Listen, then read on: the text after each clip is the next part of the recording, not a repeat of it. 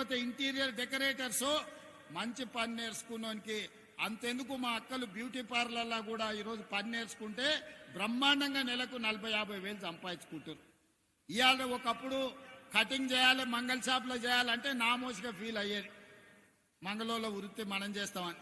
ఇవాళ జూబ్లీస్ బంజారులో చూస్తే పెద్ద పెద్ద రెడ్లు పెద్ద పెద్ద కమ్మోళ్ళు తుమ్మల నాగేశ్వరరావు గారు చుట్టాలు మా చుట్టాలు అందరూ కూడా బ్యూటీ పార్లర్లు పెట్టుకొని పెద్ద పెద్ద మంగళ షాపులు నడుపుతున్నారు.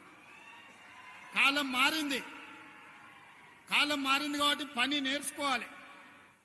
ఒకప్పుడు చెప్పులు కుట్టడం నామోసి, ఈరోజు లెదర్ టెక్నాలజీలో ఫ్యాషన్ డిజైన్స్ వచ్చినాయి. ఒకప్పుడు ఊర్లలో టైలరింగ్ చేయాలంటే ఎవరు టైలర్ చేస్తాడా అనేటోళ్ళు, బతకలేనోడు టైలరింగ్ చేస్తాడని. ఇవాళ ఫ్యాషన్ డిజైన్స్ అని పెళ్లి అయితే మన అదేంది లగ్గపత్రిక రాసుకొని పోతే వాడు 10 లక్షలు తీసుకుంటుంది ఒక డ్రెస్కు. ఎందుకు వస్తున్నాయి? పని నేర్చుకుంటూ వస్తున్నాయి.